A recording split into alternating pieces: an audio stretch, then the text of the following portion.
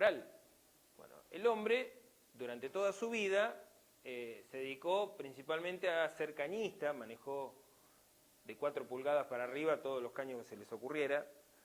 Entonces el mal manejo de carga fue una constante en su vida. Hoy en día tiene 5 hernias de disco, 5 comprobadas. ¿Sí? Camina de milagro, no sé ni cómo camina. Pero estamos en litigio con la RT porque la RT no le reconoce la condición. Y ese operario, ese hombre, está a escasos años de salir del sistema. O sea, se va a jubilar. Si no es reconocido como una enfermedad profesional lo que tiene, que fue adquiriendo durante los años, que esa es otra característica de las enfermedades profesionales, se van adquiriendo muy paulatinamente durante los años, si no es reconocido, ese hombre entra, sale del ámbito laboral y pasa a ser jubilado, pero automáticamente lo va a absorber el sistema público de salud, que lo pagamos entre todos. ¿Por qué? Porque una RT, que es privada, no le reconoció su condición de enfermedad profesional. ¿Se dan cuenta dónde está la paradoja? ¿Por qué en su momento empujaron como empujaron? Porque le salía más caro en términos numéricos rehabilitarlo que una muerte. Una muerte salía mucho más barata. Cuando surge la ley, una muerte salía 60.000 pesos. Dólares, 1 a 1. ¿Sí? En ese momento era mucho más barato en términos comparativos que ahora. Es una locura. Estamos hablando de una muerte. En el ámbito de la construcción, donde una muerte en el ámbito de la construcción es prácticamente una muerte de toda una familia, porque es el sostén. O sea, eso es lo terrible de todo esto. ¿Sí? Segunda condición, impone la prevención en sus objetivos, por esto que decíamos que es una ley prevencionista.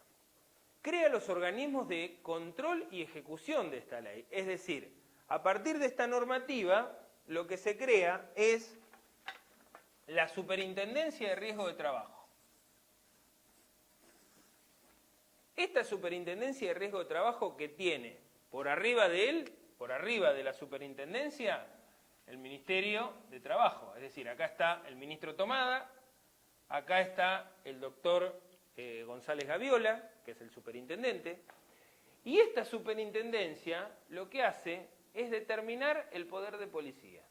Es decir, es la única capaz con poder de policía para parar una obra. Ahora, ¿qué sucede?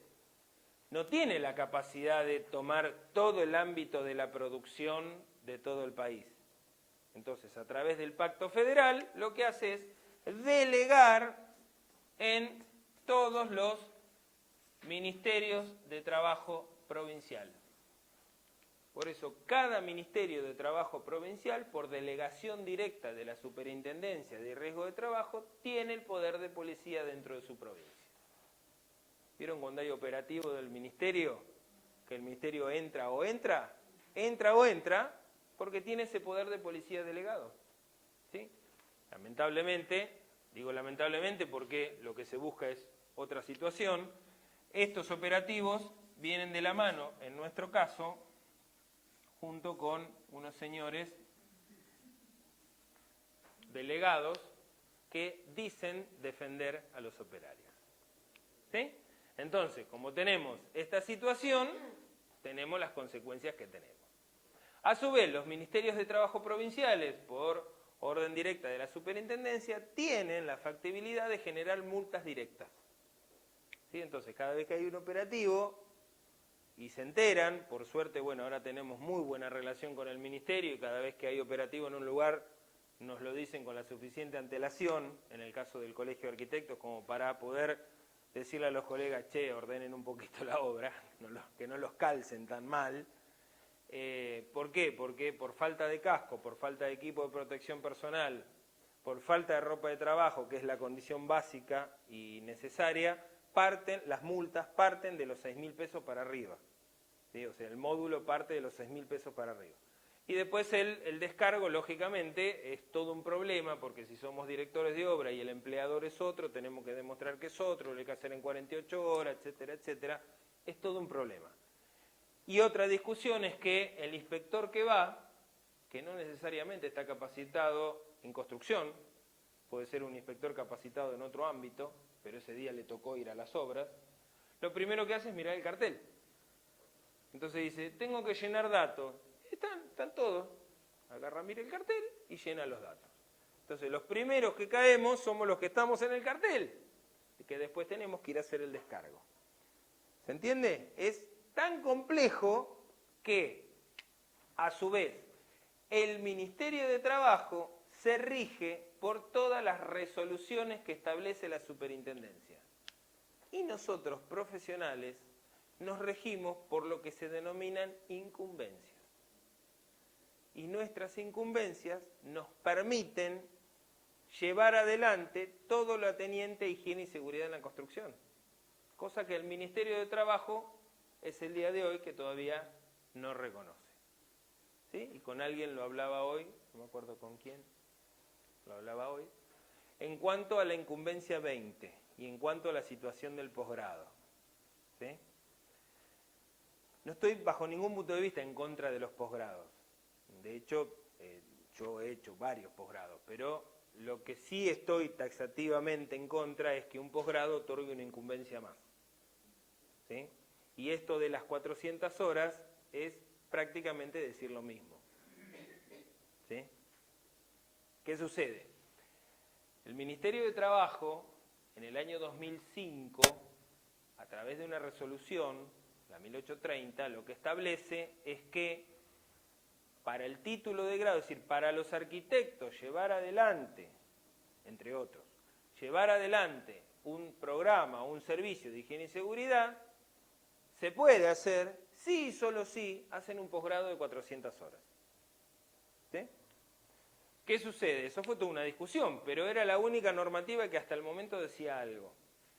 En el año 2006, el Ministerio de Educación, Ciencia y Tecnología, en la resolución 498, establece para el título de grado 20 incumbencias.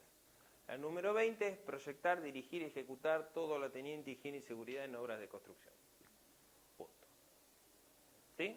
Entonces, si nosotros somos profesionales universitarios y a las universidades a las que asistimos están homologadas por el Ministerio de Educación y el Ministerio de Educación a través de esa homologación dice que nuestro título de grado puede, nosotros no tenemos por qué, y a través del colegio no tenemos ni siquiera por qué aceptar una condición por la cual un posgrado nos otorga una incumbencia más, porque el título de grado es único y necesario para todos los arquitectos de toda la Argentina, no solamente de la provincia de Buenos Aires. ¿Sí?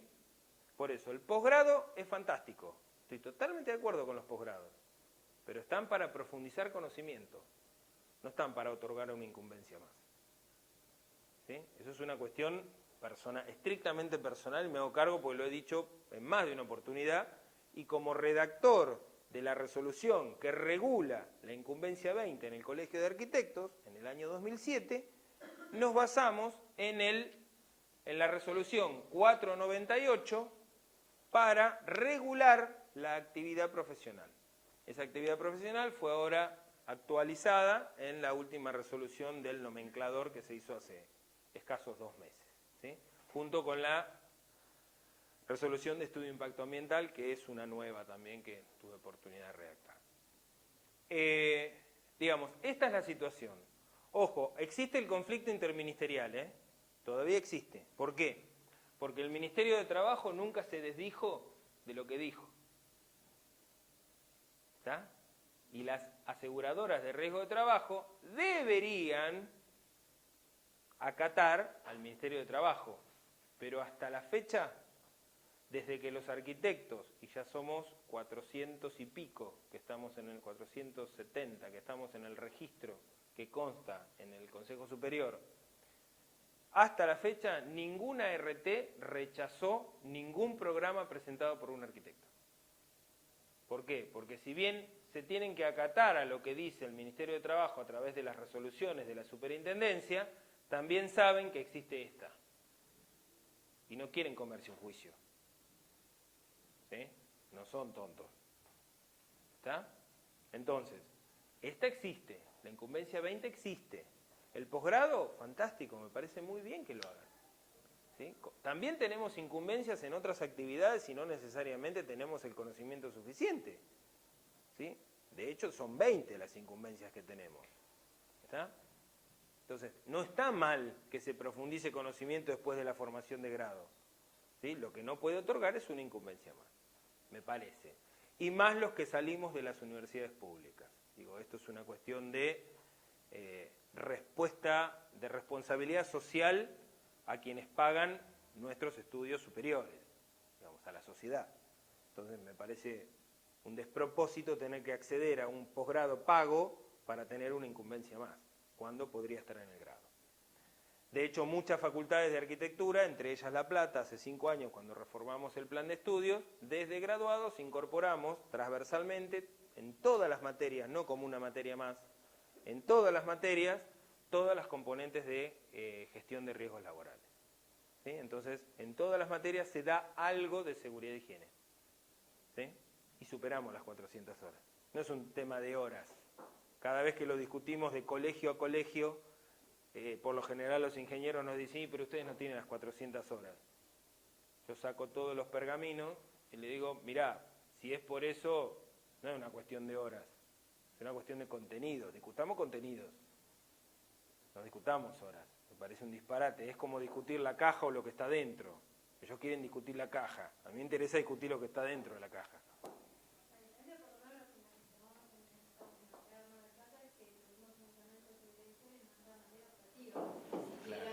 Las materias optativas no otorgan incumbencia, según el Ministerio de Educación. Claro. Ese es el problema. No tuvimos formación de seguridad y higiene, salvo capacitaciones externas. Claro. Pero no obstante... Hacer también una incumbencia nueva, es como que se nos cae de arriba, la tenemos que formar de alguna manera para que podamos hacernos cargo de esa incumbencia. Por eso pregunté si había ingeniero. Si había algún ingeniero, esto yo no lo digo. Pero la verdad, Nunca dije lo que dije. De clase, Claro. de la facultad, bárbaro, pero me vengo a enterar una vez recibida. Con la mano en el corazón. Seguramente todos tenemos que hacernos cargo de nuestra protección y de todos los riesgos que pueda llegar a tener. Pero el tema es la formación que nosotros pretendíamos tener de alguna manera a todo lo que después nos tenemos que hacer cargo. Me parece fantástico. Por eso. Con la mano en el corazón hay muchas facultades que no dan el tema. Pero la resolución es única y para todo el país. Y para todas las facultades de arquitectura. Y para todos los arquitectos que haya en el país. ¿Se entiende? Entonces...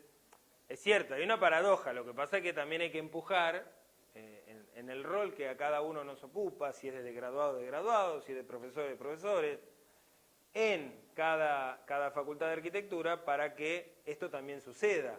Es decir, muchachos, bajémoslo al grado, dejémoslo de joder, o sea, no, cortemos con el negocio, está todo bien, que cada uno haga el posgrado, me parece fantástico que lo tengan, que tengan el certificado, me parece divino. Pero esto se tiene que dar en el grado. ¿Por qué? Porque hay una resolución que dice que lo podemos hacer. ¿Sí? Es como que de un día para el otro no se dé estructuras. Perdón, tenemos incumbencia en cálculo estructural. ¿Cómo no vamos a dar estructuras? O estabilidad, como se llame, no importa. ¿Sí? Tenemos la incumbencia directa. Es un disparate que se saque de los programas.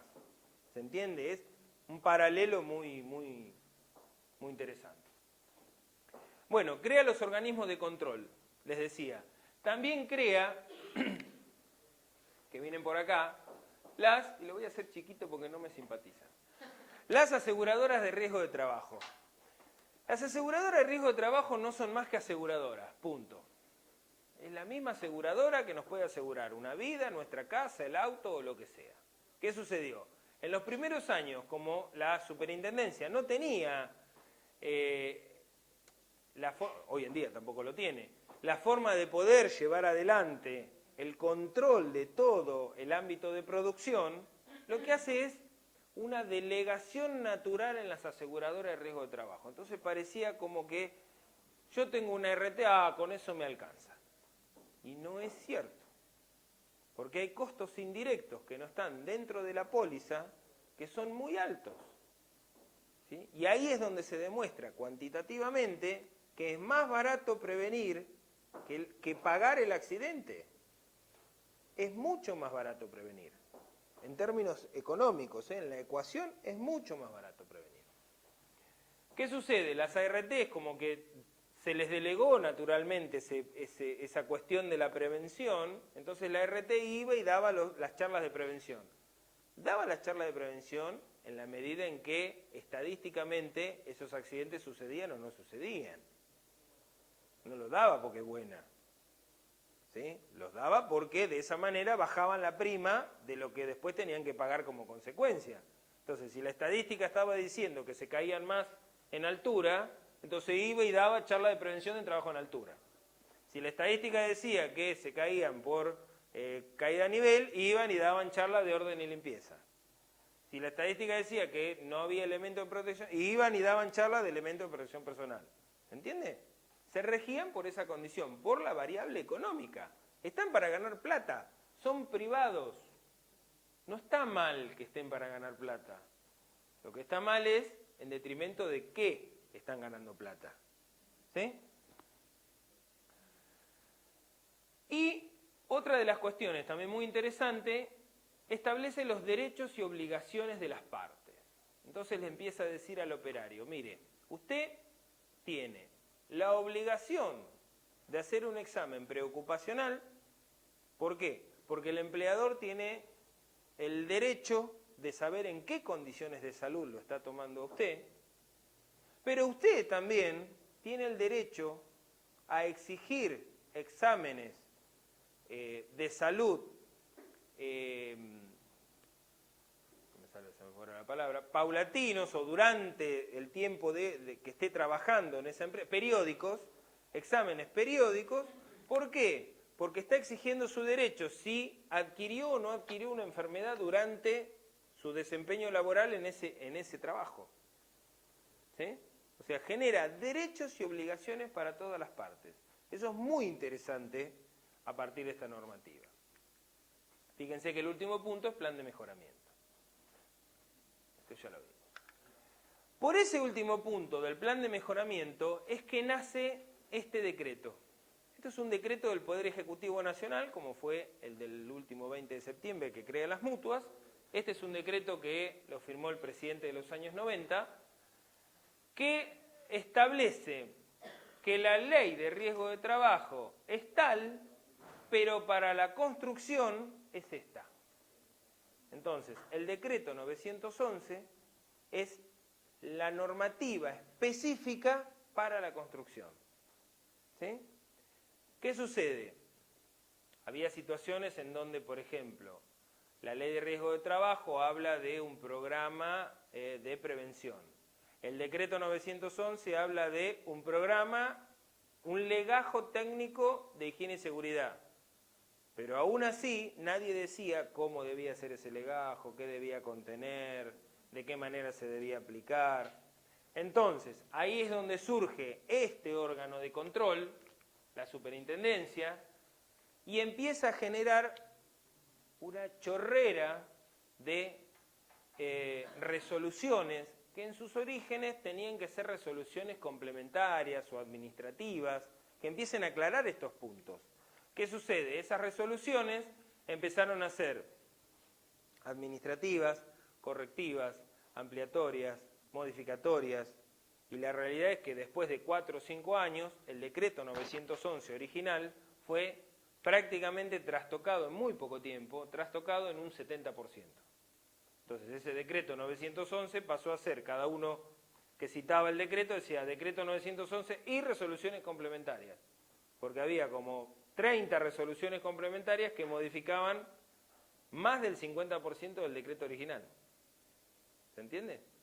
Entonces pasó a ser un problema. Este decreto 911, de lo poco que quedó de él, como interesante, estableció algunas cuestiones que después también fueron normadas a través de resoluciones. La primera es el ámbito de aplicación. Fíjense que este decreto lo que hace es decir, esto sí o sí es para la construcción. ¿Por qué? Fíjense en la parte que está subrayada. Dice, tanto para área física de obras en construcción como en los sectores, funciones o dependencias conexas, tales como obradores, depósitos, talleres, servicios auxiliares y oficinas técnicas y administrativas. Es decir, todo el ámbito donde se esté aplicando la construcción tiene que estar contemplado dentro del documento que se lleve adelante, sea programa o sea legajo. ¿Por qué? Porque el ámbito de aplicación es todo. ¿Sí? Entonces, tenemos un obrador en otro lugar que es parte de esta obra y en ese obrador estamos armando estructuras. Bueno, la seguridad de ese obrador es problema del documento de esta obra. ¿Sí? Entonces, el servicio de higiene y seguridad tiene que estar tanto acá como ahí. Y tiene que pasar por ahí. ¿Sí? Porque es el ámbito de aplicación todo lo concerniente a la obra. Segunda cuestión, el alcance. Fíjense qué dice. Incluye en el concepto de obra en construcción a todo trabajo de ingeniería y arquitectura realizado sobre inmuebles propios o de terceros, públicos o privados, comprendiendo excavaciones, demoliciones, construcciones, remodelaciones, mejoras, refuncionalización, grandes mantenimientos, montajes e instalaciones de equipos y toda otra tarea que se derive de o se vincule a la actividad principal de la empresa constructora. Es decir, entra todo. Recién después, unos años después, surge una resolución complementaria que dice, bueno, a ver, hasta esta escala va programa, de esta escala en adelante va legajo. Empecemos a diferenciar. ¿Por qué? Porque el programa es, en términos de contenido, reconocer riesgos y establecer medidas preventivas. Un legajo es reconocer riesgos y establecer medidas preventivas por cada etapa de obra, por cada frente de trabajo y o por cada tarea que se asigne en el plan de trabajos. ¿Sí? O sea que si un legajo técnico de obra es así, claro, no, es terrible. Si un legajo técnico es así, un legajo de higiene y seguridad es así. ¿Sí? ¿Por qué? Porque es lo mismo por cada etapa. ¿Sí? Y lleva N número de documentaciones, planos, memorias, etcétera, etcétera, especificaciones técnicas, por cada etapa. ¿Entienden? Que es un legajo. ¿Sí? Entonces después se establece una resolución que dice desde dónde y hasta dónde. ¿Sí? Yo les traje algunas cosas para que lo vean. Sí, igual después les voy a dejar material como para que lo vean. En el año 96, al año siguiente, surge esta resolución, que es la 231. Como les decía, fíjense, el decreto 911, se comió una parte, que dijo que no son, ¿cuáles son las condiciones mínimas necesarias al inicio de obra? Porque el riesgo existe desde el minuto cero de obra. ¿Sí? Entonces, ¿cuáles son las condiciones básicas? La 231 empieza a decir que las condiciones básicas para el inicio de obra son tales que... ¿Y cuál es el contenido del legajo? Porque el 911 decía tenía que existir un legajo técnico de higiene y seguridad. ¿Y cómo es? Esto mismo que acaban de preguntar ustedes. Lo mismo nos preguntábamos en el 96. ¿Cómo es ese legajo? Nadie sabía cómo era. O sea, había una normativa que decía que como directores de obra estamos obligados a firmar un legajo que no sabemos cómo es. ¿Se entiende? Había un problemita ahí. Entonces, la 231 dice qué contiene ese legajo técnico y cuáles son los plazos, que acá otra vez nuevamente el lobby de 7 días y 15 días. Cuando vean lo que hay que cumplir a los 7 y a los 15, parece chiste. Otra de las cuestiones que la 231 empieza a establecer es la cantidad de horas profesionales mínimas para el servicio de higiene y seguridad. Esto es como decir, como mínimo, siendo director de obra, ¿cuánto tenés que ir a una obra?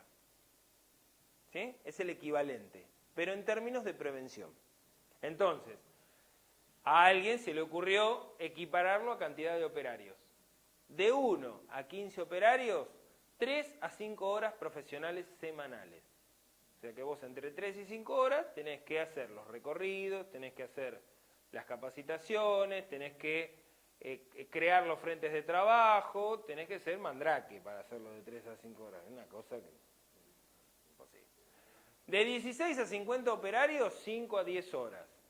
De 51 a 100 operarios, 10 a 15 horas semanales. 15 horas semanales. Imposible. O sea, con 100 operarios ya es imposible. Entonces, así sucesivamente, ¿sí? Pero ¿qué dicen? Tienen la suficiente dignidad como para decir, bueno, esto es como mínimo. Claro, no, giles no son. Claro, dicen, no, che, como mínimo, Después, si necesitan más, problema ustedes. O sea, no está todo bien, pero esto como mínimo. Bárbaro.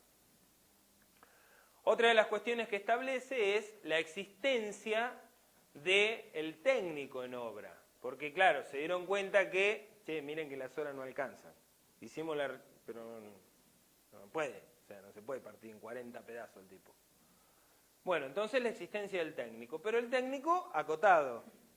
Entonces dicen, cada 50 operarios o más, o complejidad de obra, ¿sí? El caso del Estadio Único Ciudad de la Plata fue un ejemplo muy claro de eso. Había un técnico por frente de trabajo y había aproximadamente en la segunda etapa entre 40 y 50 frentes de trabajo, o sea que tenías un cuerpo de técnicos, ¿sí? Y una comisión mixta de higiene y seguridad, no tenías un responsable, había uno por cada uno de los representantes, o sea, era una mega obra donde esta condición establecía que por cada frente de trabajo tenía que haber un técnico. Ese técnico era de estos, ¿sí? Obvio. Siempre. Bueno, seguimos. ¿Qué contiene el legajo técnico? ¿Sí? El legajo técnico contiene memoria descriptiva de obra, programa de prevención de accidentes. Fíjense que el programa es la otra componente, o sea que podríamos decir que el programa está dentro del legajo, porque el programa es esto y el legajo es esto. ¿Sí?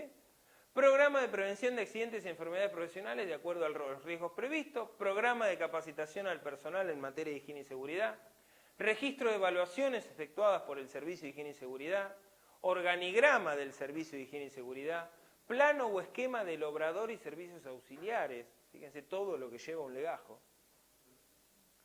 instalación de baños y vestuarios adecuados desde el comienzo, provisión de agua, construcción de infraestructura, toda la documentación que dice cuál es la fábrica de la obra, cuál es el obrador.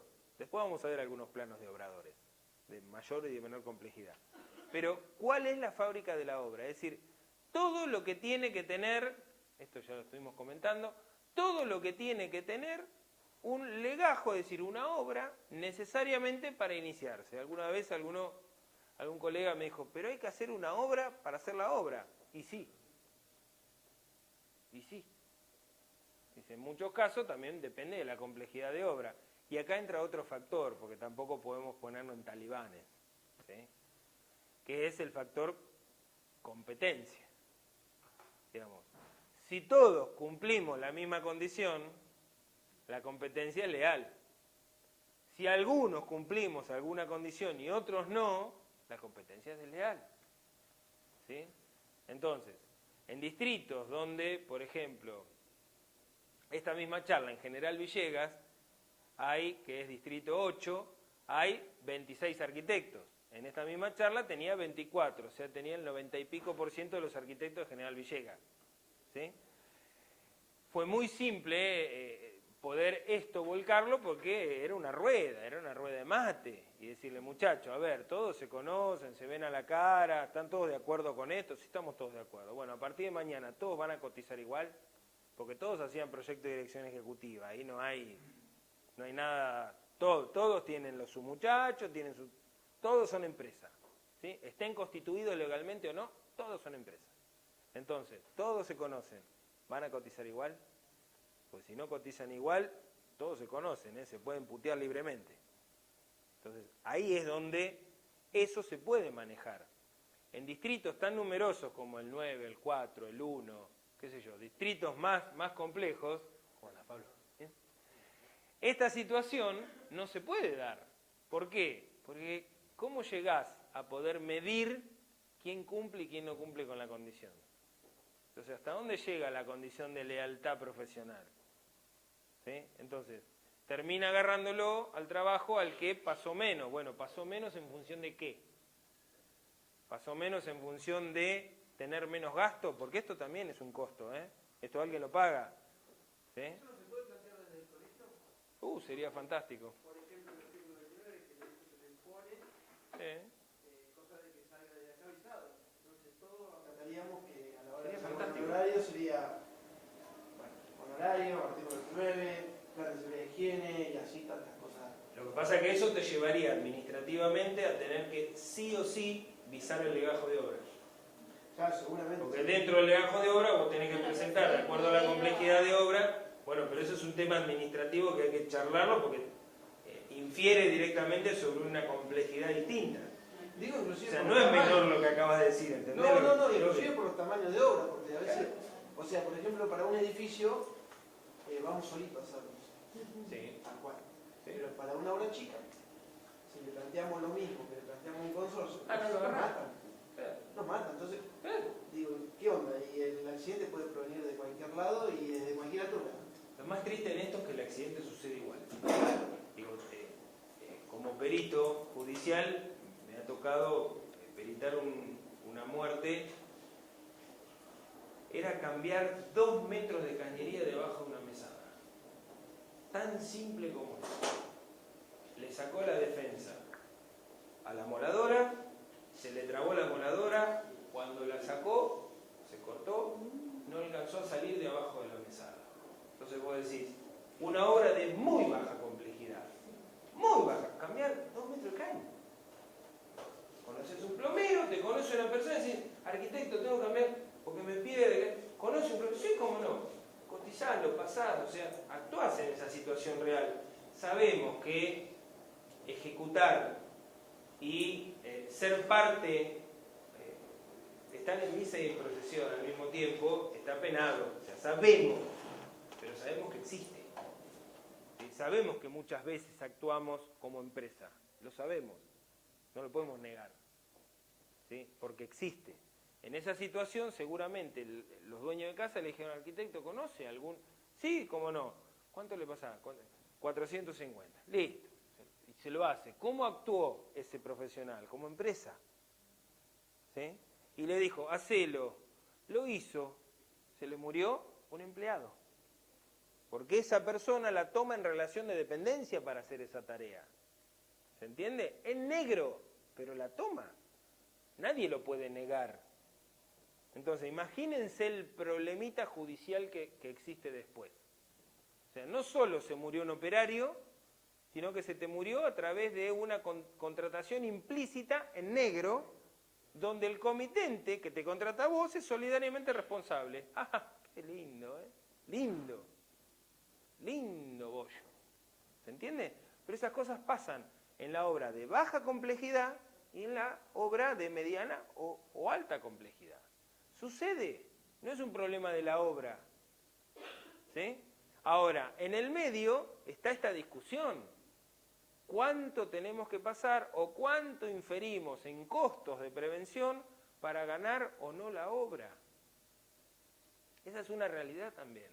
No la estoy negando. O sea, no me pongo en la posición, no, tenemos que hacer la seguridad sí o sí, porque también del otro lado existe la otra realidad. En la medida en que todos